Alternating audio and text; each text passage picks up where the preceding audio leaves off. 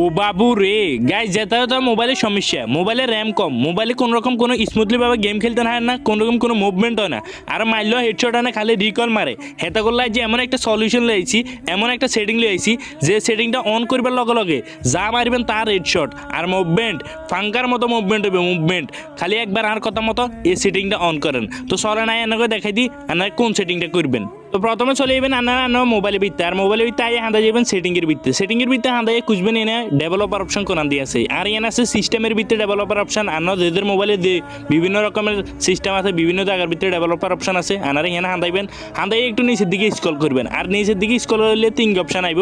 এই 3 অপশনের মধ্যে আনারা যাইবেন, চান এর মধ্যে লেখা আছে উইন্ডো অ্যানিমেশন স্ক্যান, তারপর ট্রান্সলেশন অ্যানিমেশন, মানে এই অ্যানিমেশন জাতীয় আর 3টা অপশন আছে।